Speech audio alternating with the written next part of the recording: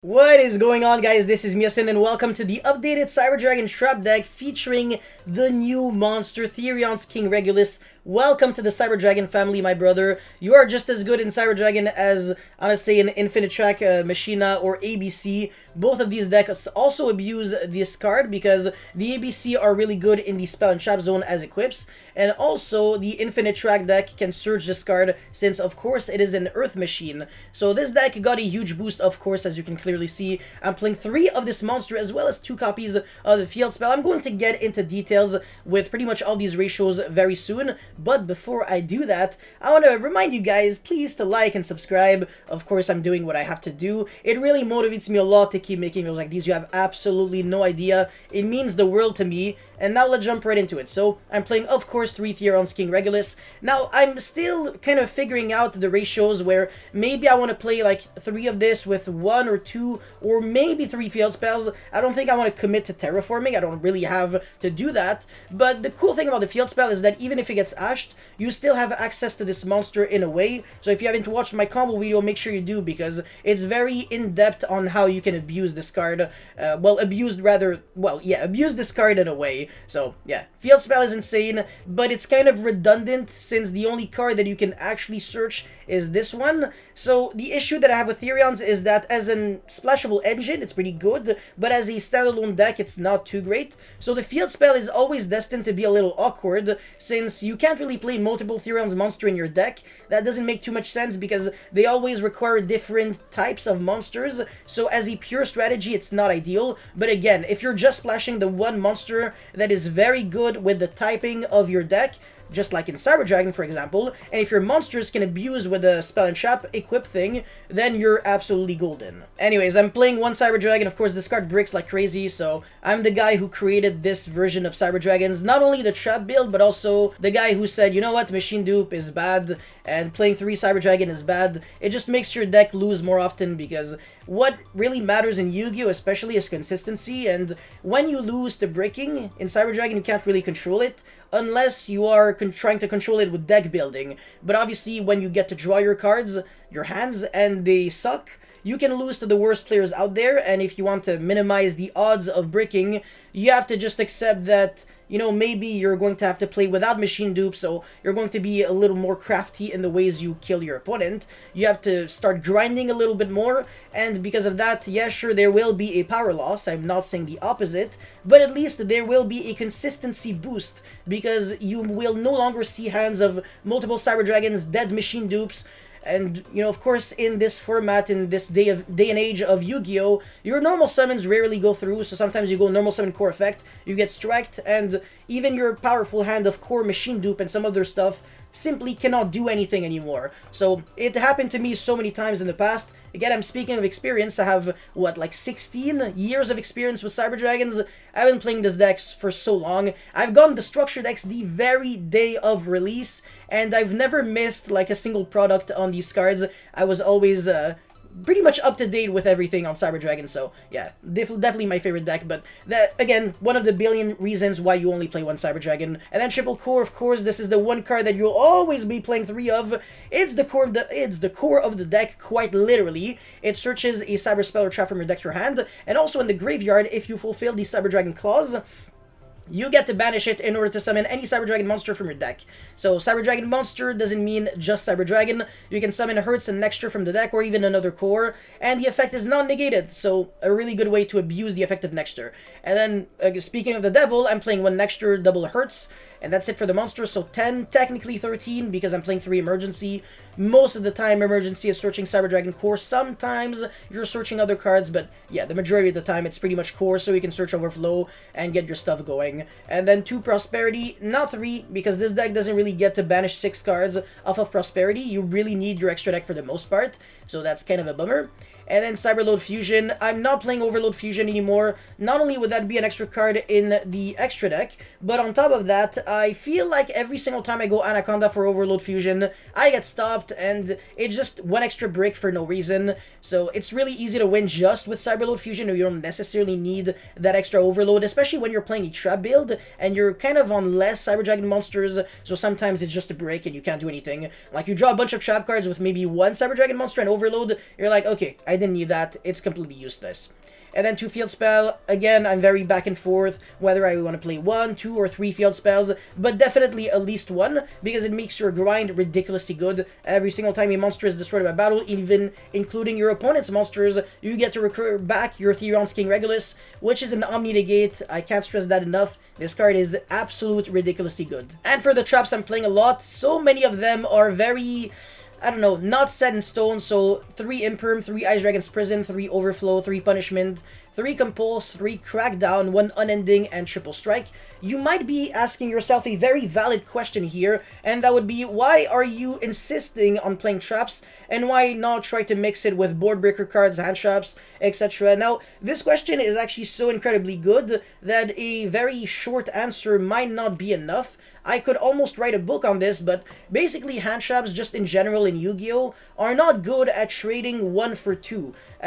In reality, hand traps are pretty much only trading 1 for 1, or sometimes 1 for 0.5. For example, if your opponent goes normal Stratos effect and you Veiler, your opponent doesn't actually lose anything, he's just not gaining anything, whereas you're actually losing a card completely.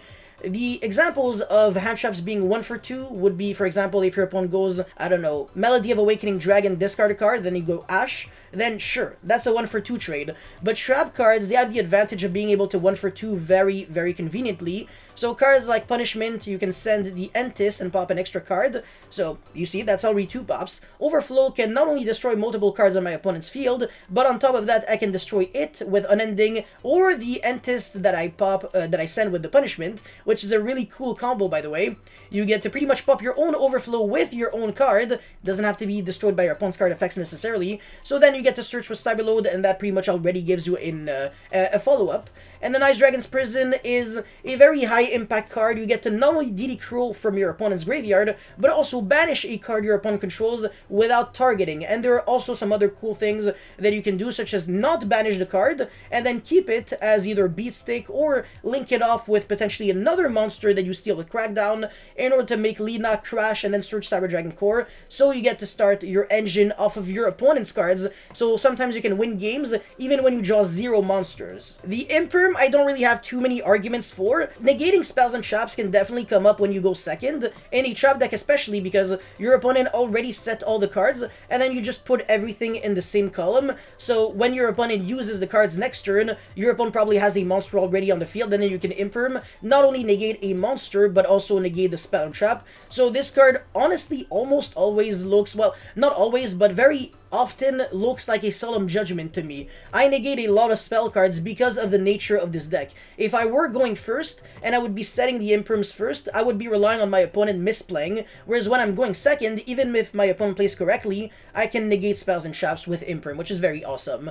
The Compulse, it's a unique card, because you get to bounce back your own Cyber Dragon Core, which allows you to dodge cards like Effect Veiler, Imperm, which is funny, other stuff, and sometimes you're in the grind game, you only have core in the graveyard, nothing else, you can go banish core, special summon core, and then on your opponent's turn, whatever, or on your own turn, you can go compose, bounce back your own core, so that next turn you go normal core effect, and get a search, and do a huge comeback from there. So that's one way you can indirectly search Cyber Dragon Core with Compulse. Very unique, and it's also not once per turn, so you can't really break on this card. Then Crackdown, there are a lot of things that make Crackdown very interesting, especially if you're stealing a monster that is a Floodgate monster that has a continuous effect, such as Vanity's Fiend, Majesty's Fiend, etc. You can completely punish your opponent with Crackdown. So back when Thunder Dragon Colossus was a thing, Crackdown was broken, because if your opponent was playing Thunder Dragon, and your opponent was going, let's say, I don't know, use a card that searches like the banishing effect of Thunder Dragon Dark to search for a Thunder Dragon monster, you could chain Crackdown to steal your opponent's Colossus, and Crackdown doesn't negate the effect of the monster that you steal, it just prevents the activated effects from, well, the effects from being activated, so everything that's continuous still applies, so your opponent will be under his own mistake, and not only are you making your opponent lose the potential search of Thunder Dragon Dark, but now you have a pretty dangerous Thunder Dragon Colossus on your field, which is obviously going to keep applying pressure, and next turn you can just link it off no problem. So that's one of the reasons I like Crackdown, and again, it is not once per turn. Now, Unending Nightmare is literally the epitome of cards that are one for multiples, because you can pop your own Overflow, you can pop your own cards multiple times.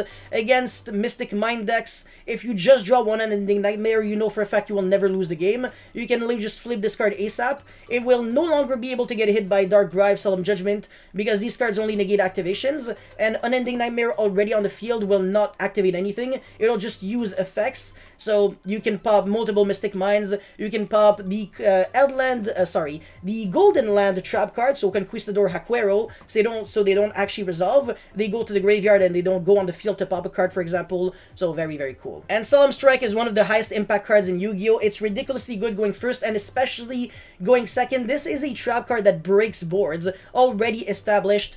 I think the general consensus for 99.999% of the world's population is that Strike is infinitely better than Judgment.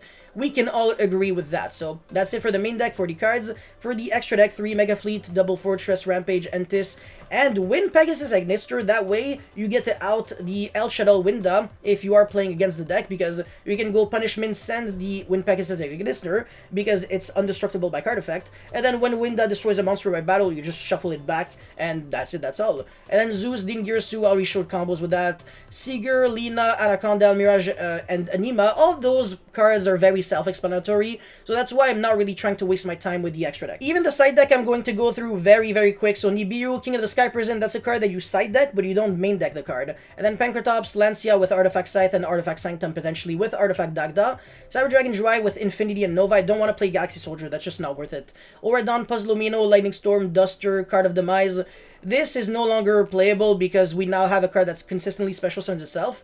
But if you are playing a very, very trap-heavy Cyber Dragon deck with like Pot of Duality and stuff like that, maybe, because you can tutor this out with King of the Sky Prison. So even as a one-of, it's not like a random unsearchable one-of. And then finally, Evenly goes in match, Imperial Order. So that's pretty much it. So thank you guys so much for watching this video. Don't forget again to like and subscribe. Let me know your thoughts in the comment section below. And I'll see you guys next time. Peace.